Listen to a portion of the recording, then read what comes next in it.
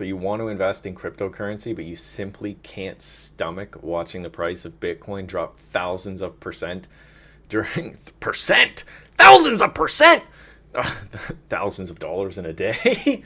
Well, if that's you, we are going to teach you a little bit about volatility. We're going to try to develop a framework as to where price could go on such volatile days, such as today.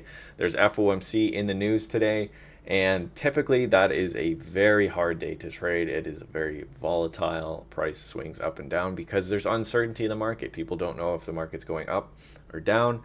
So we are going to develop a framework to kind of encapsulate where the range could go during a volatile day. This will help understand where price is going, so not only can we stomach these volatile swings in Bitcoin, we can actually trade them and be profitable. So without further ado, let's just jump on into the charts here and get my face out of the way.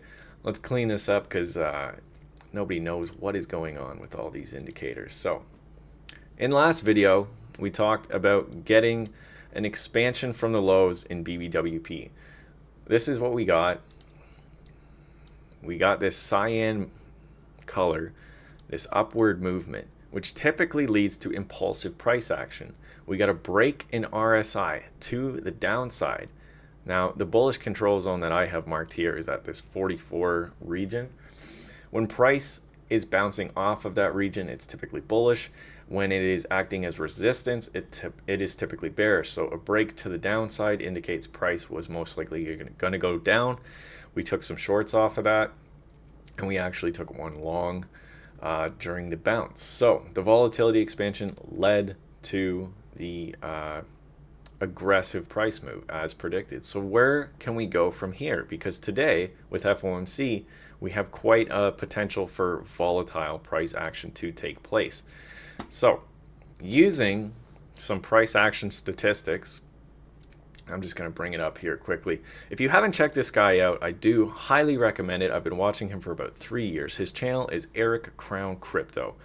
Now, in his video, he sometimes talks about historical price action statistics, and this chart shows those statistics. It's basically giving you an idea for each day of the week what the likelihood is for price to close positively or negatively, and the likelihood of how much percentile, positive or negative, you could see price move during each day. So give Eric Crown a follow, and I will show you these statistics. So we took a quick screenshot of it. I got it up now. It's kind of hard to see. It's a little blurry, so I'm just going to go over it quick. Wednesday is today. Wednesday, we typically see a 46% chance of closing the day positive and a 53.5% chance of closing the day negatively. So this gives us an edge that the day could potentially close negatively. There's a slightly more likelihood of it closing negative. During a negative closure, we can expect, in this column here, around a 1.86, or not around, an average of a 1.86% move to the downside on a negative closure. And during a positive closure, which is slightly less likely, we can expect a 3.3% gain, which is tied for the highest day of the week in terms of gainers. However, if you are playing these statistics, you want to go long on Monday when there's a 56% chance of closing positively and a 3.3% return rate. So that gives you an edge to the upside with a high return. So just looking at Wednesday, focusing on today, 3.3% to the upside, 1.86% to the downside. That is a 5% range, roughly. So using this data and knowing today is going to be volatile because of FOMC, we can apply this data to the chart and get kind of a range for where to expect price to go. So let's just draw a line on today's open. I need my magnet tool, hold on. So yesterday's closure, today's open, was around $101,300. So with that, we can now apply our price action statistics to see a range on if we have a up day or if we have a down day where could we see price going? So measuring from the open, which was here. If we have an upside day, that is 3.3%, which brings us to a very interesting level. Now,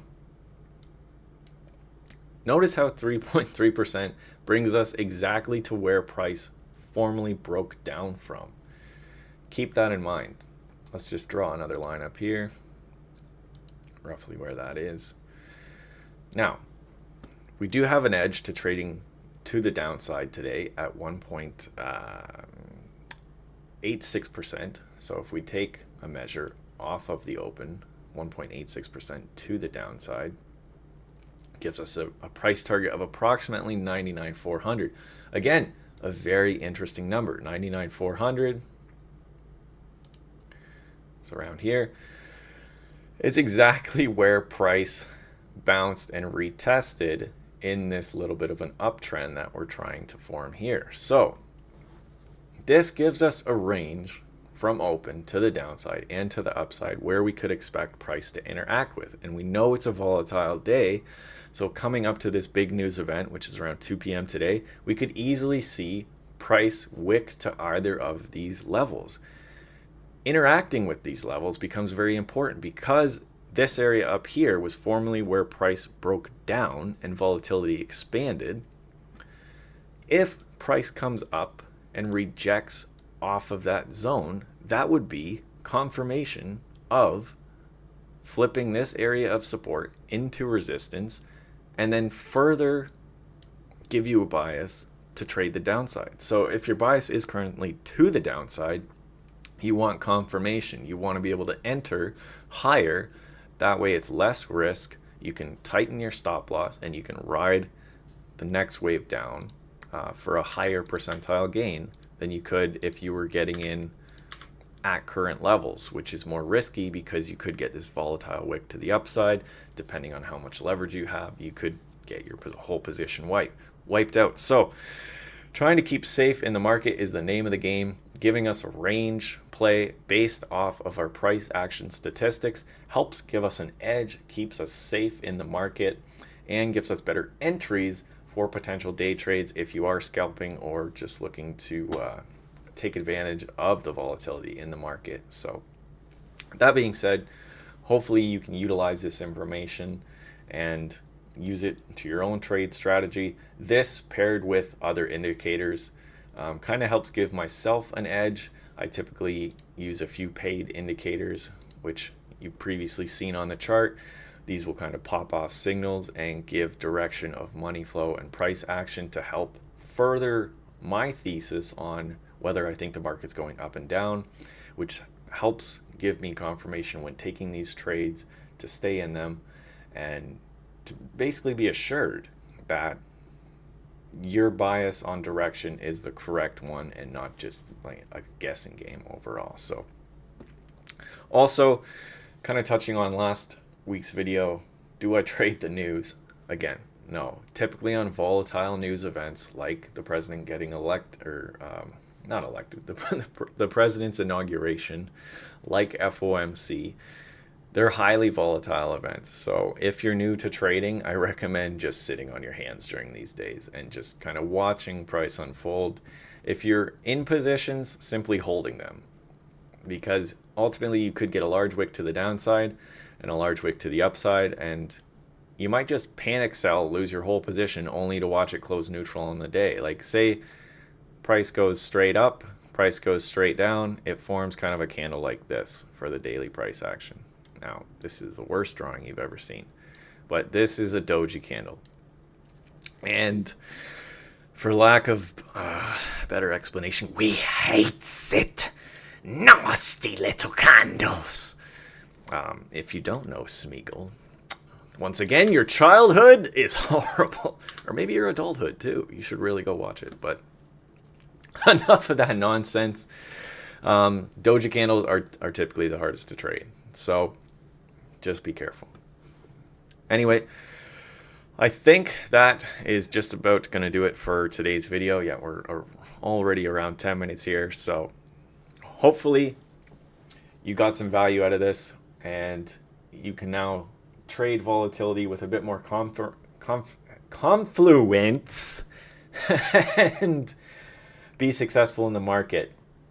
So with that said, if you do find this content valuable, I really do appreciate a like and subscribe.